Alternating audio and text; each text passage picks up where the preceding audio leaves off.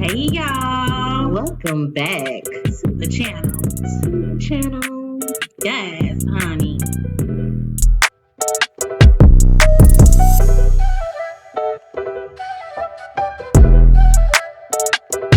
I know you fucking lying. Okay then.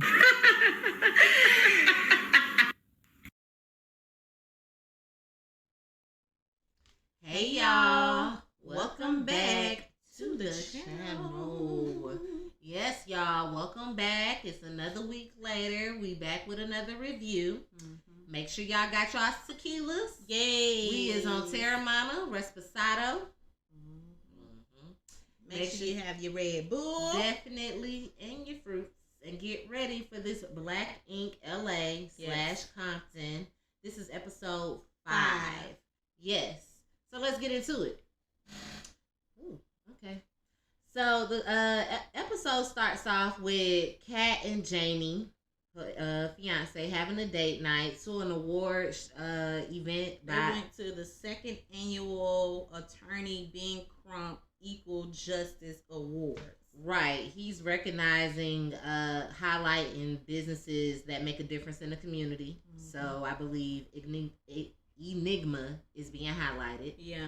And it sounds like she also got a lot to do before she returns to Florida. They got to pack up the house. She got a party that she's planning. She got manager interviews. She's talking to Jamie about this. So I think she only got a few days before she leaves. She having a 4-year anniversary party. Exactly. She got a lot of shit to do. Yeah.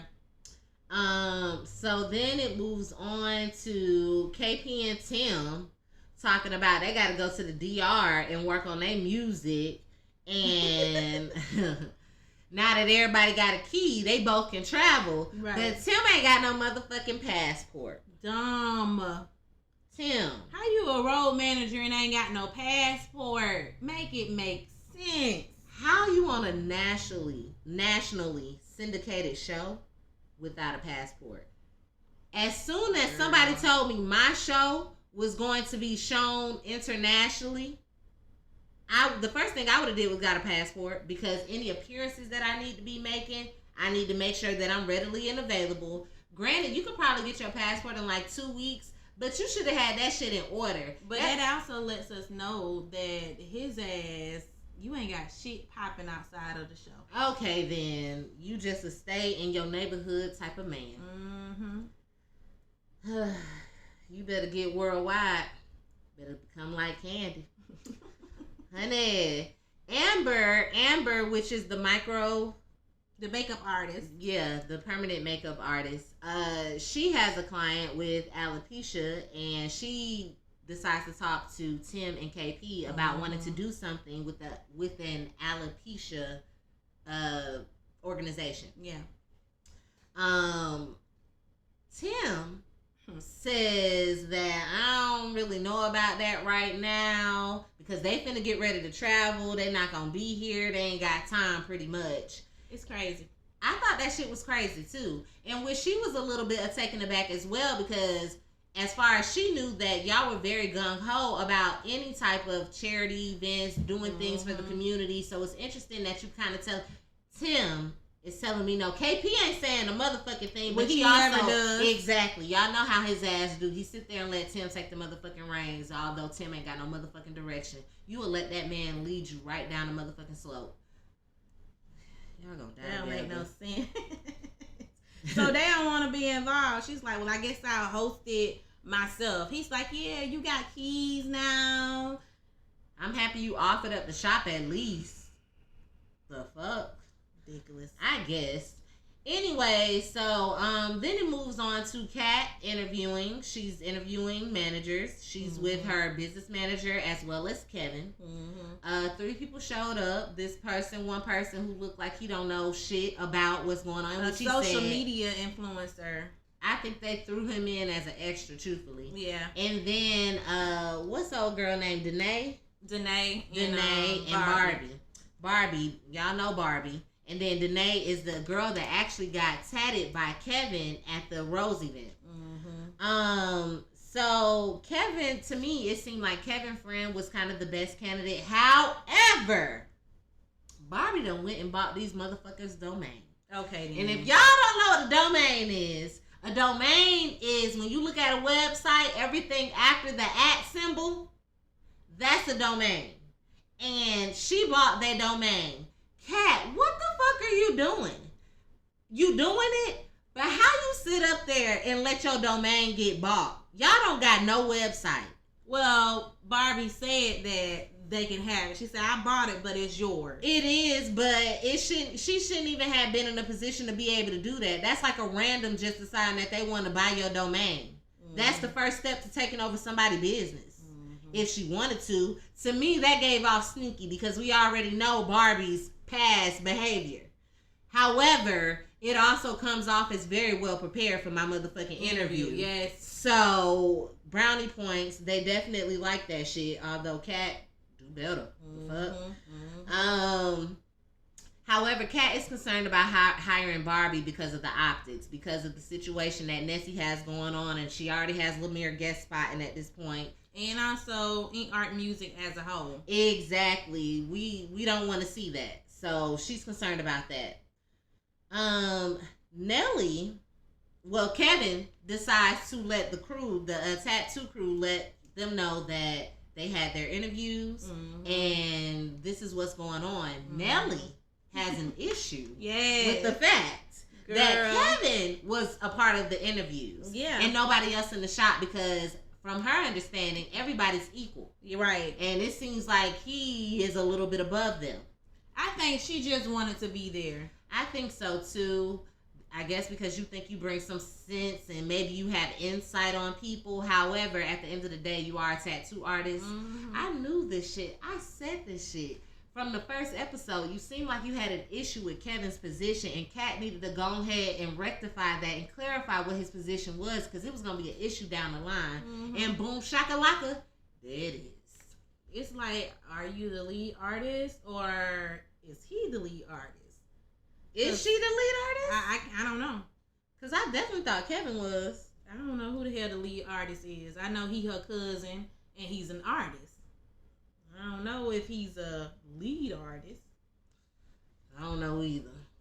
Either way, we actually wind up finding out that Kevin is in music management and development. And Nelly's wife, Sayer, is that it? Sayer, which we saw her previously, is one of his artists. Right. And she's been ghosting him lately. Kevin's been trying to reach out, and she's not been reaching back out. And he's trying to figure out what's going on with that. But he doesn't really want to ask Nelly right now because he don't want to jeopardize. Like, he don't want to have an issue with her. He really don't want to put her in the middle. Right. But she's been acting weird too, Nelly. So then it moves on to the girls of I Am meeting up for lunch.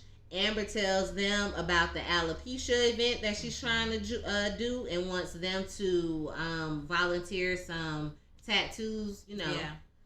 Alana and Ink Bomb. Yeah.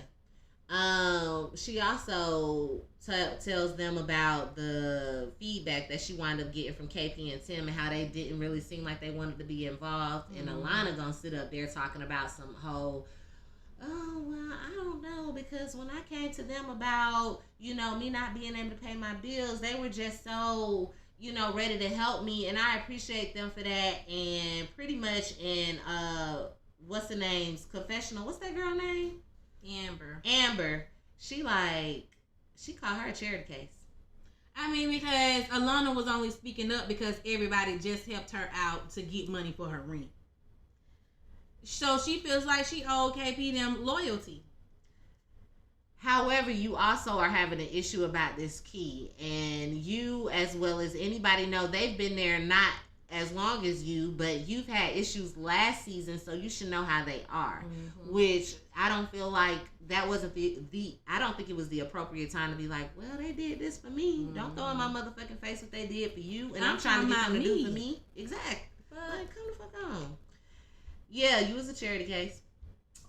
Ink Bomb got invited to the Enigma anniversary, and Alana is concerned about how KP and Tim is gonna feel because, you know, they all about loyalty. They think this a gang or something. She act like she's scared. And then that's why she wanted to go to bat for them.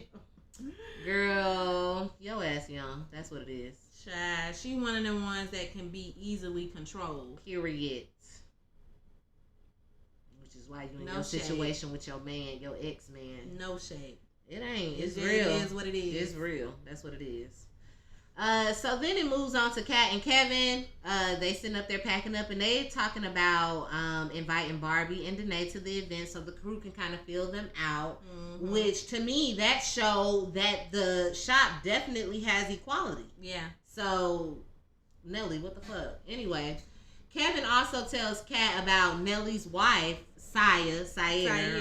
Not really declining interviews. Yeah, definitely giving him pushback and shit like that. Lack of communicating. You think Kat is in on his business? Like a silent partner? Yeah. I think she sponsors. Yeah. And he just manages. Yeah. Artist development. It makes sense why he went to her then. Mm-hmm. He says he's gonna have a convo with Nelly to see what's up with the weird energy. Amber hosts the alopecia event at the shop. KP is there. Yay. That's what the fuck you do. Show up as a boss, you KP. Needed to. Tim was not there because he let KP tell it down at the federal building trying to get his damn passport issue in order. Nobody cares. I just think he full of shit, truthfully. So, the alopecia attendees, they get tattoos by everyone. And permanent eyebrows. And permanent eyebrows as well. And she did a good ass job, too. That shit did look good, huh? Amber, I need you to do mine. Okay, then. Because y'all know I struggle. We do. Yeah. Anyways, everybody, it's an emotional event. You know how it is when giving somebody something that they haven't had in a while.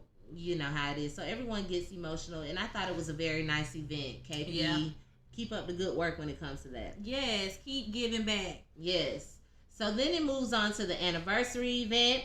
Van is there. Y'all know Van from BlackInkCrewla Chicago. I was so happy to see Van continuing to support Kat. Okay, then. Jada Blue, if y'all remember that, she's from Black Ink, New York. Yes. She was only there for a hot little second, but the girl that always had blue on, blue hair, her. That's her. Yes, that's Kat's friend. Is it? Mm-hmm. I was wondering why she was there. They had an episode together in a scene together in last episode or the episode before that. Okay. Mm-hmm. Barbie and Lemire and his wife and Danae are also in attendance. Kevin and Van is talking about Kat and how Kat is not wanting whatever happened at 9 Mac to happen here. And Van is like, well, it took that happening for her to to get to this, and he's bigging her up, so it's pretty cool. Ink Bomb talks about not feeling like she's growing at IM. And what's the dude name? The one that has the drinking problem? Boogie. Yes, that's who she was talking to. He's like, yeah, you can come on over. She was like, I don't think I can leave them right now because at the end of the day, they still up and coming, but she ain't growing. And Kat hasn't shown, and she ain't answering the phone. Kevin finally gets to talk to Kat, and it sounds like she got put on bed rest by her doctor. The doctor said, you're doing too much, and she's not going to be able to make it. It's been a lot. Yeah, she big as fuck. Like, what the fuck? Barbie and Danae are both hired part-time. They're going to do trial periods until Kat comes back, and then she will make her final decision after she gets her feedback from her crew on how they work through it during the trial. Right.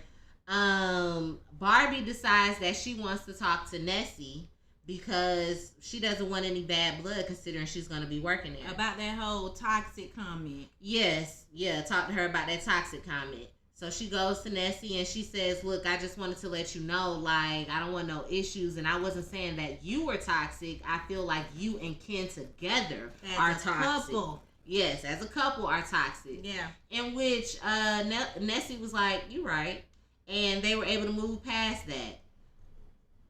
Lemire, take some pointers. Just talk about it. Get over it. Like, come on now. Kevin decides to talk to Nelly to see what's going on with her wife. In which Nelly says that her wife is currently in a different space and she's working on her healing journey, and that's what's taking all of her attention. Right. We also get to see a clip of Nelly's wife sitting up there saying that she had a conversation with Kevin. Nelly's wife is talking to Nelly. This is an unseen clip. And she says that Kevin misses the ratchet sire. And I'm not in that space no more. I don't want to be ratchet no more. I think maybe it might be time for me to find, another person that's suitable for what her space that she's currently in. And what Nelly needs to be doing is encouraging her to have a business-like conversation. Period. Instead of running from her priorities. It's supposed to be your goal. This is your career. Period. You're running from it instead of facing it head on and telling him what you're not going to allow anymore. And you're going to lose your motherfucking job.